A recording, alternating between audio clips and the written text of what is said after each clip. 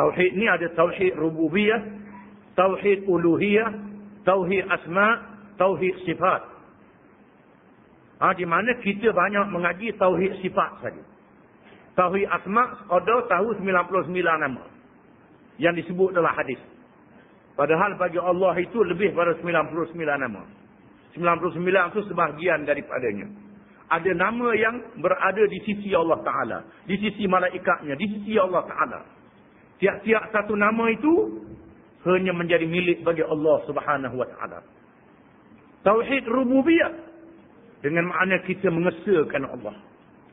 Allah yang menjadi, mencipta dan mentadbir seluruh alam. Di mana tauhid rububiyah ini menjadi fitrah manusia. Menjadi sifat semula jadi manusia. Semula jadi manusia pada umumnya percaya kepada adanya Tuhan. Sebagaimana dinyatakan oleh firman Allah Ta'ala, "Wala in sa'altahum man khalaqas samawati wal ard la yaqulunna Allah." Dan jika engkau tanya mereka siapakah yang menjadikan langit dan bumi, nescaya semua mereka jawab Allah. Bukan saja orang Islam, termasuklah orang Hindu yang mengaku Tuhan sampai beribu-ribu. Orang Hindu yang latih lambat jumpa benda pelik, Tuhan selalu. Di batu kek katak puru pun ada Tuhan di situ. Lambat jumpa benda pelik, Tuhan.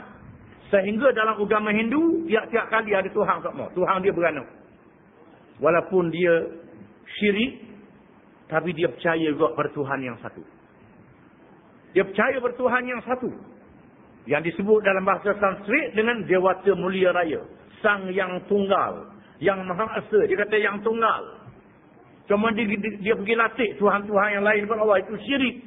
Itu sesak dia.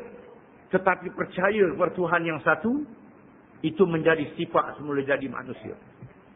Termasuklah juga orang Kristian yang menigakan ketuhanan. 3 dalam 1. Kerja syirik, percaya kepada Allah. Termasuklah golongan yang mendakwa tak percaya kepada Tuhan. Dia mendakwa tak percaya kepada Tuhan. Tetapi sifat semula jadi dia percaya kepada Tuhan. Bila dia terdesak, dia percaya kepada Tuhan.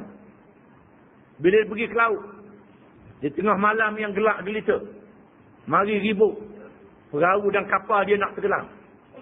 Pada masa itu tidak ada siapa yang boleh tolong dia. Masa itu dia percaya kepada Allah.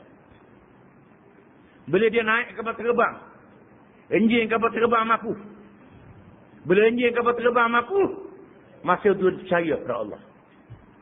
Sifat semula jadi dia akan percaya kepada Allah.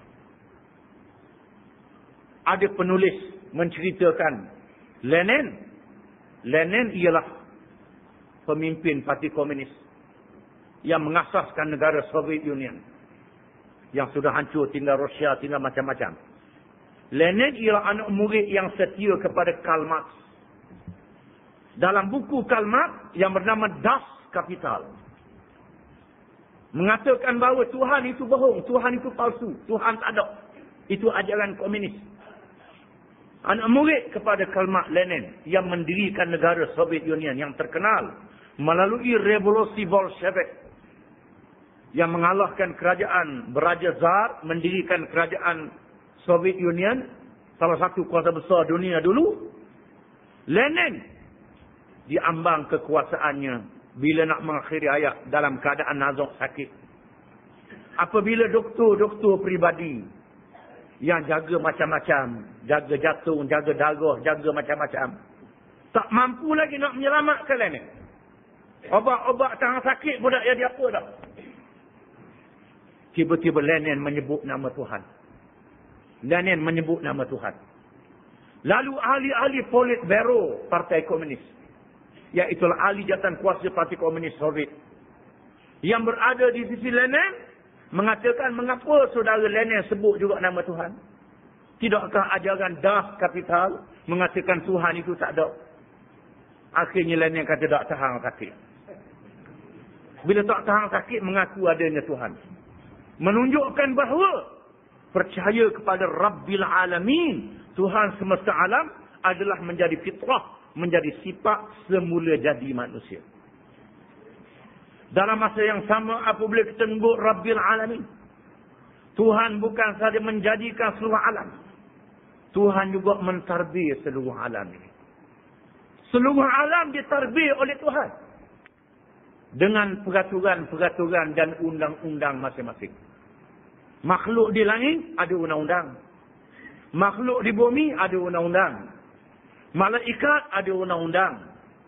Awan yang merarak di udara ada undang-undang dan peraturan-peraturannya. Semua makhluk ini tunduk kepada peraturan-peraturan yang buat oleh Tuhan secara Islam. Walahu aslama man fis samawati wal ardh. Dan kepadanya, kepada Tuhan, Islam seluruh yang ada di langit dan di bumi.